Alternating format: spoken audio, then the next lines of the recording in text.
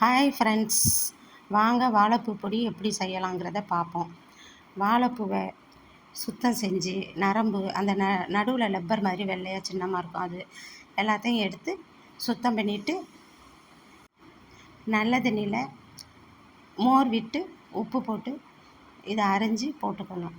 அது மாதிரி நம்ம கூட்டு பொரியல் எதுவும் பண்ணுறதுனாலும் இன்னொரு தண்ணி விட்டு அலசி சுத்தமாக எடுத்துகிட்டு ரெண்டு தடவை கழுவிட்டு பயன்படுத்திக்கணும். மோர் போட்டிருக்கிறதுனால இதை நம்ம பொடி செய்கிறதுனால நல்லா புளிஞ்சு வெயில் இருக்கப்போ ஒன் டே காய வச்சுக்கணும். துவர்ப்பு தன்மை அதிகமாக இருக்கிறதுனால இது வந்து கருத்து தான் போகும், கருப்பாக தான் இருக்கும் காய வைக்கிறதுனால. இது செய்கிறதுக்கு இந்த பூவோட வெயிட் வந்து 40 கிராம், இந்த கடலப்பருப்பு வந்து 20 கிராம், உளுந்தம்பருப்பு 80 கிராம். நம்ம கொஞ்சமாக செய்கிறதுனால எல்லாம் அடுத்தடுத்து போட்டு ஒரே இதிலையே நம்ம வறுத்துக்கலாம். கருவேப்பிலையும் நல்லா கழுவிட்டு தொடச்சிட்டு ஈரத்தன்மை இல்லாமல் போட்டு இதில் ஒன்றாவே பருப்பு கூட சேர்த்து வறுத்துக்கலாம். நம்மளோட உப்பு உரப்பு அவங்கவங்க டேஸ்ட்டுக்கு உரத்தை ஏற்றாப்புல நம்ம பயன்படுத்திக்க வேண்டியது. வாழைப்பூவில் ஃபைபர் கண்டென்ட் உள்ளது, பெண்களுக்கான மாதவிடாய் பிரச்சனைகளை சரி செய்யக்கூடியது. வாழைப்பூலையே பெருங்காய், கறிக்காய், மொந்தங்காய் பூ வந்து கசப்பு தன்மை அதிகமாக இருக்கும்.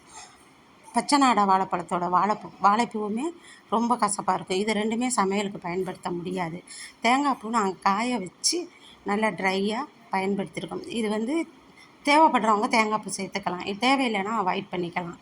எல்லாத்தையும் கருவேப்பிலையும் நல்லா மொறுன்னு வறுத்து எல்லாத்தையும் ஒன்றா ஒரு பிளேட்டில் மாற்றிக்கிட்டு பூண்டை உரித்து லைட்டாக தட்டிக்கிட்டு பூண்டு புளி ரெண்டையும் ஒன்றா போட்டு ஈரத்தன்மை இல்லாமல் நல்லா ட்ரையாக வறுத்து ஆற வச்சுக்கணும்.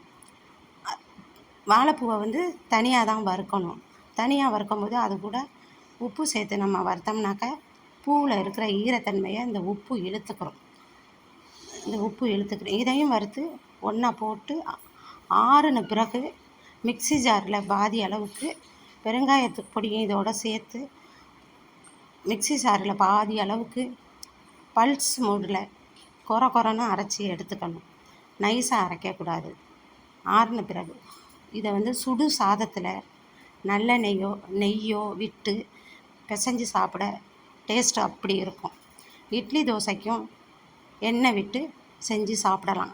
கிடைக்கிறப்ப இதை வாங்கி நீங்களும் பயன்படுத்தி பாருங்கள். இதனோட டேஸ்ட்டு வேறு லெவலில் இருக்கும். நீங்களும் இதை செஞ்சு பாருங்கள். தேங்க்ஸ் ஃபார் வாட்சிங்.